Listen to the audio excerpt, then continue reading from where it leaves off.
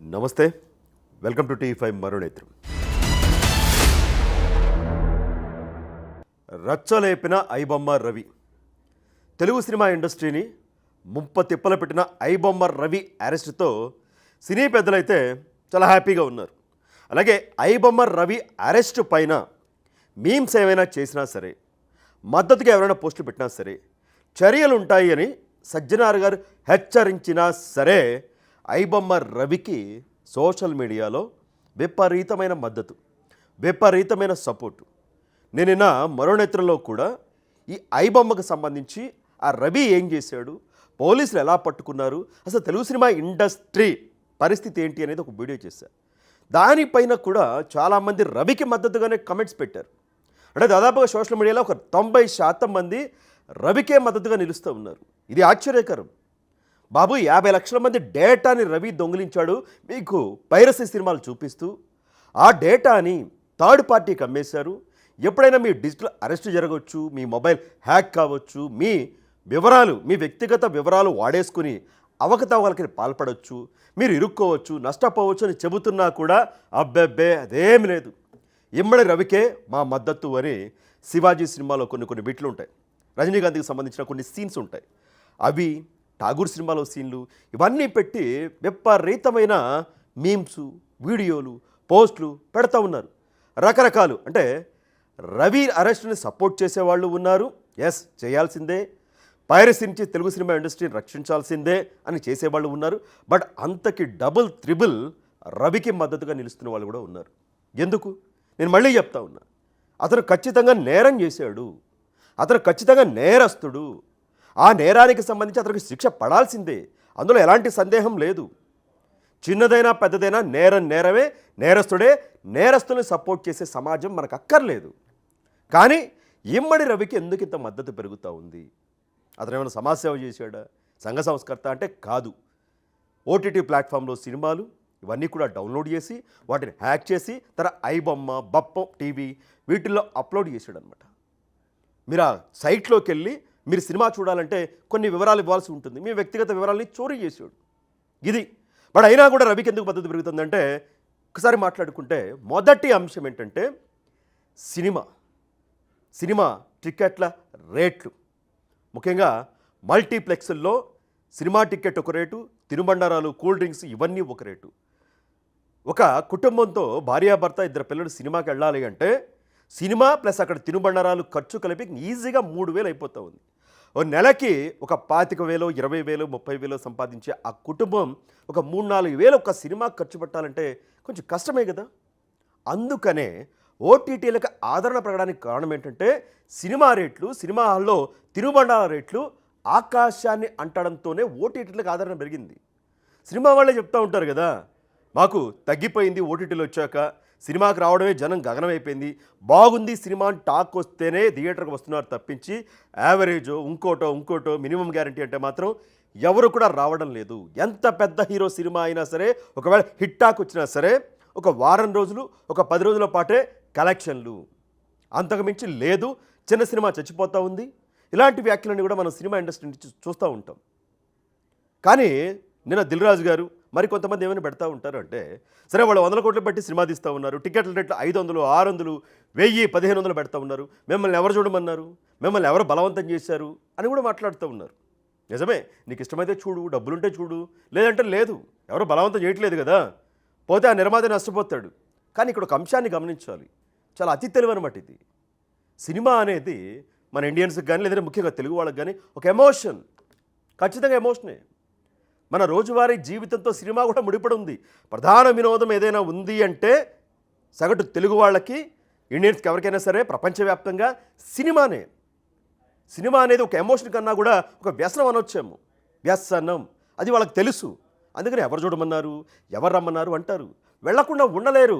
Yes, cinema అంటే ప్రేమ, పిచ్చి, వ్యసనం, సెంటిమెంటు, ఎమోషను ఏదైనా చెప్పుకోవచ్చు, ఏదైనా అనుకోవచ్చు. ఇప్పుడు ఎదురుంటాడు, వెళ్తాడు సినిమాకి, బాగుందయా చూడండి అంటాడు. స్కూల్లో పిల్లలు ఉంటారు, మా డాడీ మేము వెళ్ళాము సినిమాకి, మీరు వెళ్ళారా అని అడుగుతాడు. తప్పదు, వెళ్ళాల్సి వస్తుంది, అలాంటి సిచ్యువేషన్ ఉంది. అందుకని ఇలా మాట్లాడుతూ ఉంటారు ఎవరు రమ్మన్నారు అని. బట్ వెళ్ళక తప్పదు కదా. సినిమా అనేది ప్రధానమైన వినోదం. పండగ వచ్చినా, పబ్బం వచ్చినా, ఇంకేదైనా ఫంక్షన్ అయినా ఫ్యామిలీతో కలిసి సినిమాకి వెళ్ళాలి. ఏదైనా మంచి సినిమా ఉంటే ఎవరు ఆపలేరు, ఆగకుండా ఉండలేరు. సో అందుకని సినిమా టిక్కెట్ల రేట్లు ఇంత దారుణంగా పెరగబట్టే ఇలాంటి పైరసీ సైట్లు, ఐబొమ్మ, మూవీ రూల్స్ ఇలాంటి వాటి మీదకి వెళ్ళిపోతూ ఉన్నారు. సినిమా టిక్కెట్ల రేట్లు నిజంగానే సామాన్య ప్రేక్షకుడికి అందుబాటులో ఉండాలి. ముఖ్యంగా తినుబండారాలు. మల్టీప్లెక్స్కి వెళ్తే మరి 10 రూపాయలకి కూల్ డ్రింక్ ఇవ్వండి, 5 రూపాయలకి సమోసా ఇవ్వండి, ఇలా కాదు. అందుబాటు ధరల్లో ఉండాలి. గేట్ అవతల అదే సినిమా హాల్ మల్టీప్లెక్స్ గేట్ అవతల 10 రూపాయల సమోసా, ఇక్కడ 100 రూపాయలు. గేట్ అవతల 20 రూపాయల కూల్ డ్రింక్, ఇక్కడ 300, 400 కూల్ డ్రింక్. జస్ట్ గేటే అడ్డం. అలా దోచేస్తూ ఉన్నారు. అందుకనే వెళ్ళడానికి భయపడుతూ ఉన్నారు, వెనకడుగు వేస్తూ ఉన్నారు. ఇలాంటి పైరసీ సైట్లు ఇంతమంది ఫాలోవర్స్ రావడానికి, ఇంత హిట్గా అవ్వడానికి ఏంటంటే కారణం సినిమా టికెట్ల రేట్లు, తినుబండాల రేట్లు ఆకాశాన్ని అడ్డం. వీటిపైన మరి తెలుగు సినిమా ఇండస్ట్రీ ఆలోచించుకోవాలి. ఇదొక అంశం. ఇలాంటి ఐబొమ్మ లాంటి సైట్లకి మరి రవిని అరెస్ట్ చేయగానే మరి ఎందుకు అంతమంది సపోర్ట్ చేస్తూ ఉన్నారంటే ఇదే. అటు నుంచి కూడా లోపాలు ఉన్నాయి సినిమా ఇండస్ట్రీ నుంచి కూడా. రెండో అంశం ఏంటి? ఓటీటీలకు ఆదరణ పెరిగింది. సరే, ఓటీటీలు 1500 పెట్టి సంవత్సరానికి సబ్స్క్రిప్షన్ ఇదంతా కూడా తీసుకుంటాం. హాట్స్టార్ కావచ్చు, ప్రైమ్ కావచ్చు, నెట్ఫ్లిక్స్ కావచ్చు, ఇవన్నీ కూడా ఉన్నాయి. ఆహా కావచ్చు, జీ అని, సోనీ లివ్ అని, ఇవన్నీ కూడా ఉంటాయి. స్టార్టింగ్లో దీంట్లో యాడ్స్ వచ్చేవి కాదు, రెంట్ విధానం కూడా ఉండేది కాదు. మనం ఒక సంవత్సరం తీసుకుంటే సబ్స్క్రిప్షన్ హ్యాపీగా సినిమాలు చూడవచ్చు. అందుకనే ఓటీటీల ఆదరణ పెరిగింది. ఇప్పుడు శాటిలైట్ ఛానల్ ఏం చేస్తారు? 20 నిమిషాలు సీరియల్ వేస్తాడు, 10 నిమిషాలు యాడ్స్ వేస్తాడు. ఒక 2.5 గంటల సినిమా శాటిలైట్ ఛానల్లో సినిమా వచ్చిందంటే 3.5 గంటలు 4 గంటల పాటు లాగేస్తాడు. అన్ని యాడ్స్ పడతాయి. 2.5 గంటల సినిమా 4 గంటలు కూర్చొని చూడాలి. అందుకే ఓటీటీలకు ఆదరణ పెరిగింది. యాడ్స్ కూడా భరించలేక ఇదంతా కూడా వీళ్ళు కూడా నేర్చేసుకున్నారు.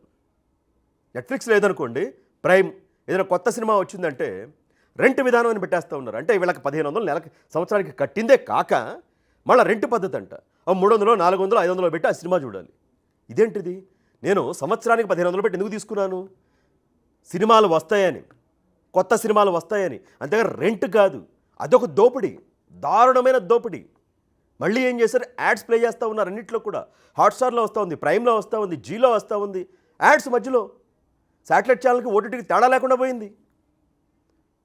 ఆ యాడ్స్ కాకుండా ఉండాలి అంటే మళ్ళీ ఇంకా ఎక్స్ట్రా కట్టాలంట. అప్పుడు యాడ్స్ రాకుండా ఉంటాయంట. మామూలు దోపిడీ ఓటీటీలో కూడా దారుణమైన దోపిడీ జరుగుతూ ఉంది. ఓటీటీలో కూడా యాడ్స్ అని, రెంట్ విధానం అని, అదని ఇదని ఇష్టం వచ్చినట్టు దొబ్బేస్తూ ఉన్నారు ప్రేక్షకుల్ని. థియేటర్ కట్టి వెళ్ళట్లేదు కదా, చచ్చినట్టు తీసుకుంటారు సబ్స్క్రిప్షన్. ఆ రెంట్ విధానం చచ్చినట్టు వీళ్ళే యాడ్స్ చూస్తారు. ఈ విధంగా తయారైపోయింది. సో సినిమా టిక్కెట్ల రేట్లు ఆకాశాన్ని అంటుతున్నాయి, తిరుమణాలు ఆకాశాన్ని అంటుతున్నాయి అని ఓటీటీలకి ఎప్పుడైతే వచ్చారో ప్రేక్షకులు, వీళ్ళు కూడా దుబ్బేస్తూ ఉన్నారు, ఓటీటీ వాళ్ళు కూడా. అందుకని ఇలాంటి ఐబొమ్మ లాంటి వాటికి మద్దతు పెరుగుతూ ఉంది.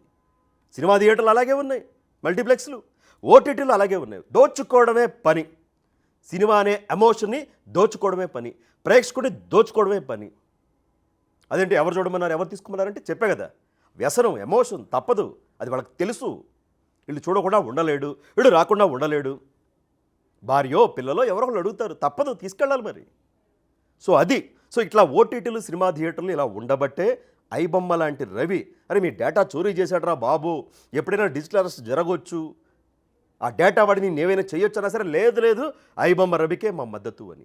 సో ఈ విధంగా ఓటీటీల్లో, సినిమాల్లో ఒక రకమైన దోపిడీ ప్రేక్షకుడిని జేబుకు చిల్లు పెడతా ఉన్నారు. కాబట్టే ఈ ఐబొమ్మ రవి లాంటి వాళ్ళకి అరెస్ట్ అయితే సంతోషించాల్సింది పోయి, లేదు అసలు రవి మామూలుగా శివాజీ సినిమాలో రజనీకాంత్, ఠాగూర్ సినిమాలో చిరంజీవి సమాజసేవ చేస్తున్నాడు, అతనికి మద్దతు పెరుగుతూ ఉంది.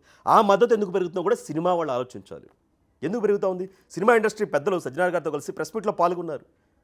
ఓ 10 కామెంట్లు ఏమో వాళ్ళ పాజిటివ్గా వచ్చి ఉంటాయి. 90% కామెంట్లు ఐబొమ్మ రవికి పాజిటివ్గా వస్తూ ఉన్నాయి. సో ఎక్కడో లోపం ఉంది. నేను మళ్ళీ చెప్తా ఉన్నా, రవి తప్పు చేశాడు. అతను ఇండియన్ సిటిజన్ కూడా కాదు, కరేబియన్ దీవుల్లో ఉండి ఇదంతా చేస్తూ ఉన్నాడు.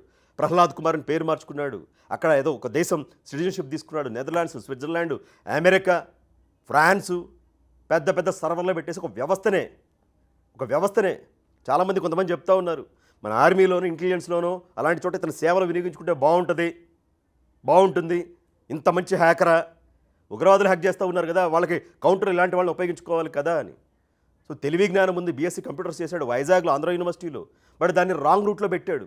నిజంగానే దేశానికో సమాజానికి ఉపయోగపడేలాగా ఉంటే ఐబొమ్మ రవిని మనమే సపోర్ట్ చేసేవాళ్ళు. ఆ రవిని ఇమ్మడి రవిని దేశానికి ఉపయోగపడేది చేశాడు, హ్యాకింగ్ చేశాడని చెప్పేసి. బట్ తప్పుదోవలో వెళ్ళాడు.